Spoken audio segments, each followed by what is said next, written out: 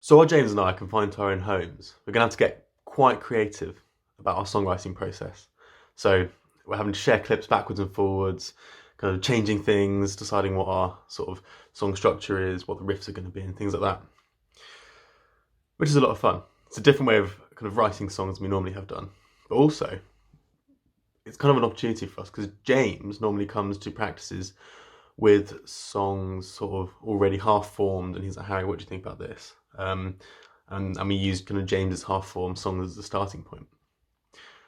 But this is an opportunity for me, as the drummer, to send James some grooves and see what he can put on top of those.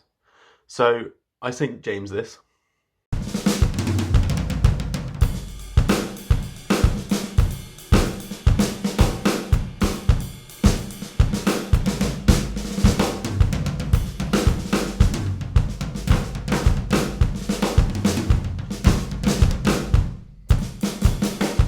One of the things that I've been trying to do to kind of improve my drumming is to look at more Latin grooves, look at a bit more of the sort of African folk music and try and kind of take grooves from there and put them into the music that I'm making. So the one that I just sent James, I was like, all right, let's put a metronome on and then almost try and do a solo.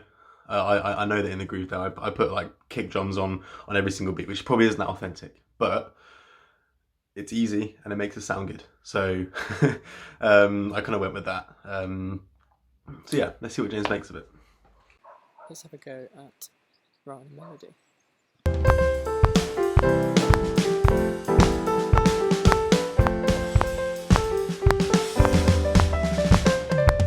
As you can see, I'm not much of a keyboard player. I quite like the dun dun dun dun. Quite like that. If you're thinking about writing a chorus, you kind of want that to be the peak of something. So here's C, which is the kind of...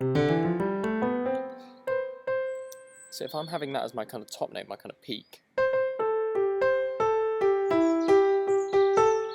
I'm doing a little verse melody, maybe I want to use a section that I've not covered there as much. A kind of semitone area is maybe more interesting for a verse side, so I'm thinking something like that was quite nice. Let's have another go. This is all just, trial and error is what you're going to get.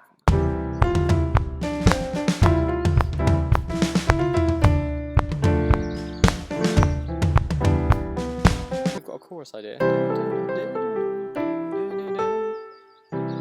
And we've got an area for either a riff or a verse, which a kind of more mysterious area. You can sort of climb up a bit. I think I'd have a new chord there. Oh yeah, I think we have the basis of our song, I'm here, I'm indoors, I've got my guitar.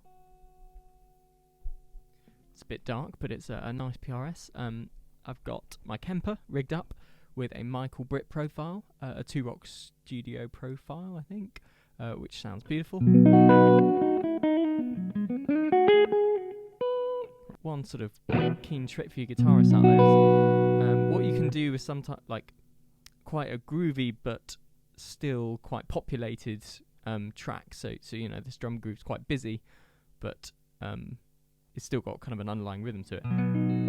What you can do as a guitar player is to try and play around in the spaces that you have through picking. So it's almost a little bit folky. And you also see it in rock music. You see Andy Summers from the Police and Johnny Marr from the Smiths.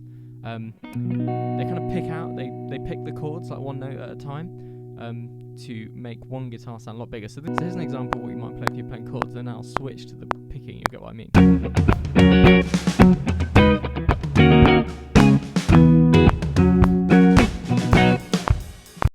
So, it doesn't sound too bad. Didn't actually record it.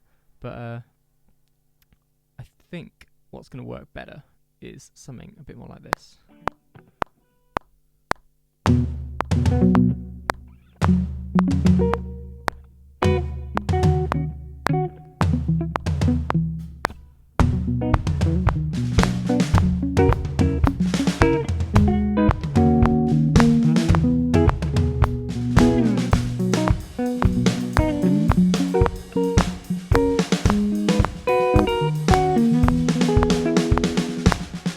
messing around with the song a little bit, not too much. So I've been listening through to the melody ideas that I made when I was outside, and I've also listened to the groove and kind of labelled it up into a mini song structure, so that when I'm overlaying my guitars, my chords and stuff, I'm doing it with some semblance of structure. So it's only a minute long, if I've got my maths right. So we're kind of making a miniature haiku sort of song here. But if anyone's wondering how I do it, like, I feel this is quite obviously an intro, this bit.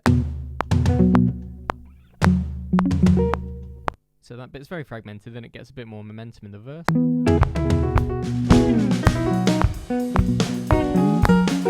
Then I felt this start of the chorus, which I've labelled here. I felt this is where we kind of had a momentum change, so you'll hear this is where I put the chorus melody in.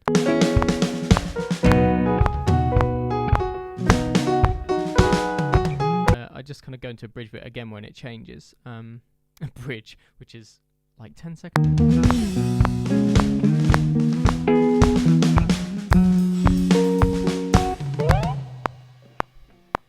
So either that's going to be a small instrumental at the end, or it'll have like one line that's different. But it's a bit of fun. It's making like a miniature song.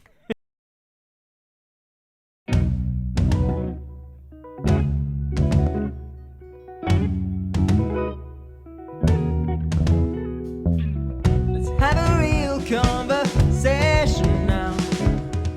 You go first and swim inside to side, anchored in the water, trying to get to sleep at night, navigating my way out of another riptide. I got battles on the fringes that might turn into wars. I got calculus to do to get back to whoever the hell I was before.